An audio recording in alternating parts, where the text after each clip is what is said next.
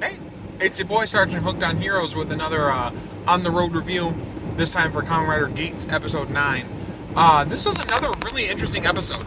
It's ending to the first round of DGP we've seen, and starting up some new stuff to come. Unfortunately, this and Down Brothers will be off for a week because there's always like goofy golf or something that happens in Japan around this time. So, do apologize about that. Also apologize during this recording and any subsequent ones that I'm constantly like this. And like drinking water or maybe wincing.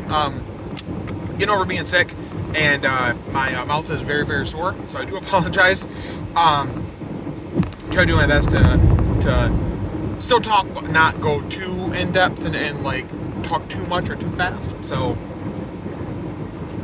without further ado, episode 9. So this episode was really interesting. We set it up with the round, and everybody is talking with Sumuri, the people who are left. So now we have Neon, Buffa, and Ace, right? And like Geats talking to Sumuri. They don't understand how there's another round because they got rid of the can, and even she's not really sure. And so the setup is that now the like red force field barrier thing has expanded out, and now the monster actually found the can and actually ingested it this time. So he's super strong. And so the game master actually comes out and says, your new mission now is to take these 3 eggs, treat them right, raise them, hatch them, and the items within will be something you can use to maybe help you defeat the monster. So they do, they each get one. Ace's ends up being eventually the monster buckle. Buffa's ends up being the armed drill buckle, and also Nago gets the armed propeller. And I gotta say, I really appreciate the simplicity of the armed buckles, like the armed hammer, armed shield, or whatever it is. I like that they're very simple, as opposed to the like larger buckles that have like a certain design aesthetic to them and like a, you know, style, if you will. I think it's really cool, the differentiation between the two of those. I think that's really nice.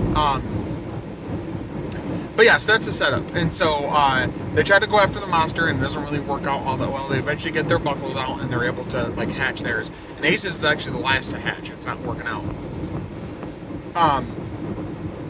And we get some cool moments though. We get Neon kind of talking to her fans like a last video saying, you know, hey, I can't really give you too many details, but I'm kind of involved in this competition right now.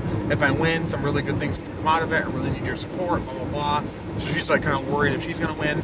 Buffa ends up seeing his one lost friend. It's like, whoa, is he alive? No. It's clearly like something in his head, basically, questioning him if he really has the resolve to win this DGP and get his wish of being able to have the power to stop Kamen Riders, right? And it just kind of strengthens his resolve, and he kind of moves forward. Ace is still kind of like not understanding. We see him training why his egg hasn't hatched. Why he's like, he keeps calling it sleepyhead. Oh, you're such a sleepyhead. It's almost the end of the world, and you're still not awake. And we also get little jumps and cuts to the coin he has in his hand, but flashing back to him when he was younger as a little kid and seeing his mother, still trying to figure that whole thing out. Something about Ace right now is really giving me the idea that he is really trying to, like, I think with every win, he's trying to test how, like, the parameters of the wishes and how far it can be taken. I feel like as we go throughout the show and the different DGP rounds that we see and everything, it's going to really show like how far the bounds go with what the wish is going to accomplish. And I think he'll use that to his advantage to find his mother, yes, but also just break free from the DGP in general and stop it from being a thing, I think. So yeah. So eventually, clearly, his becomes the monster buckle, and he uses that. And everyone else is, you know, the other two are using their buckles. They're getting their asses kicked. Buffa has this whole speech about, you know, zombies are at their strongest. When they're knocked down, they're almost dying. And it's like, oh, not really, but I get what you're trying to say. Like, zombies are already undead, so if you try and kill something that's undead, it's impossible. Kind of, you know, like, he'll never stop, he'll never give up type of thing. Which is still pretty cool. Still pretty strong for him as a character. I still really like that. I really enjoy pretty much all of the current riders we have. So yeah, him and Nago attempt at their grand victory stuff to stop the monster. It doesn't really work, and it's not until Geats uses the monster buckle with his grand victory thing, which is very Looney Tunes-esque. Looney Tunes-esque, the sounds that it makes and everything. But anyway, he's able to defeat it and ends up winning, becoming the Desire, deity or whatever. And Sumori looks at his wish and is like, "What? This can't be." And then the game master's like, "What?" He's like, "I don't like this. This can't be acceptable." Blah blah blah. He's like, "Well, he did save the world, so we have to fulfill, whatever desire he has." And we see that the game master, big revelation here, the game master is actually the one like NPC type guy that's been like helping in the between stages or whatever. So yeah, that was really interesting. An interesting reveal. I wish it was somebody else, just because we haven't got a lot about him. But it makes sense, him kind of like playing both sides and like being like, "Oh, I'm just an advisor, blah blah blah," but really he's the game master. So yeah, I thought that was really interesting. We also see, of course, Nago and Buffa get retired, so their drivers drop and they leave or whatever. But then the scenes for the next episode, with the next DGP round starting up, it shows them in it again, being approached to B1. So I wonder if every time that they get their drivers back, they get all of their memories back too. So yeah, really interesting that. I'm guessing that would be the way that Kayla will come back into it as well, but I'm not sure because he technically died. So I don't know how that's going to work out, but we know he's coming back. But yeah, and we also see at the very end of the episode, Punk Jack is back, and he untransforms, and we see his full, human form. It's pretty cool. He's like this orange rocker type guy. So really interesting to see that be a part of things. And I also like that Ace pointed out, like, "Oh, this must be pretty serious if the administrator has to be a part of things now," talking about the game master coming out to talk to them. So, again, I like that there's a lot of like mystery and intrigue into what Ace actually knows about the DGB, what he doesn't know, and what he's willing to find out and kind of mess with to figure out. I really like that about the show. And honestly, I would be okay if like every DGP round we get introduced to a few new characters that'll show up and be a part of things for a while. I do know that we're supposed to get with the next round a Ginpin repaint that looks like an owl, and I want to say a Mary repaint also. And one of them was like a little old man. Other one's a girl. So yeah, that's really interesting, along with Punk Jack being in it again. I think that's really fascinating to me. But yeah, overall the episode was really good. I think it was cool how we had an extra, step to what was going on with this round. And I'm really interested in seeing where they go forward with it.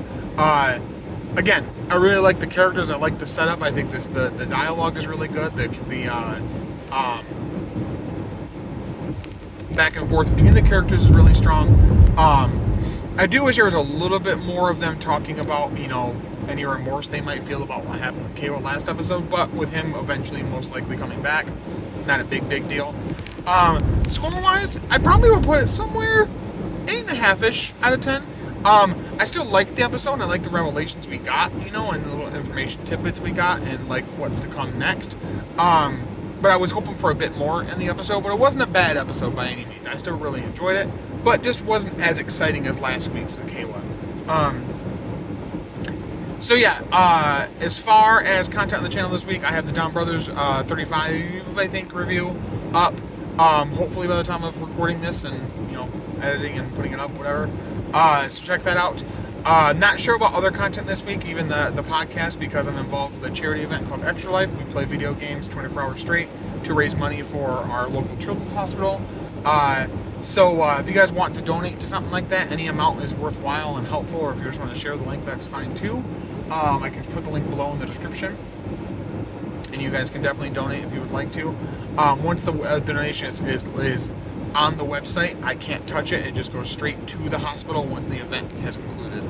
So a lot of security there, measures making sure that people aren't stealing from people and all that. But thank you guys so much for watching, for commenting, subscribing, all that good stuff. Like I said, last one with the Down Brothers review, we're already about 375 subscribers, which is insanity to me. Again, I just kind of use this as a video diary journal of sorts to kind of let all my extra toku thoughts out, because I'd rather not irritate my wife with needless shit she doesn't want to think about, because she's not into toku. But really appreciate you guys. And thank you guys so much for being a part of this whole shindig. Check out the Henshins and Homies podcast along with us on Twitter. Follow along there for all of our updates, and you can watch it as a normal live stream every time we do it on the Fridays around 7:30/8, or you can have it as a normal podcast to listen to on anywhere you can get podcasts at. Spotify, Google Podcasts, whatever. But yeah, thank you guys so much for the support, and until next time, stay hooked on them heroes. I will talk to you later. Bye-bye.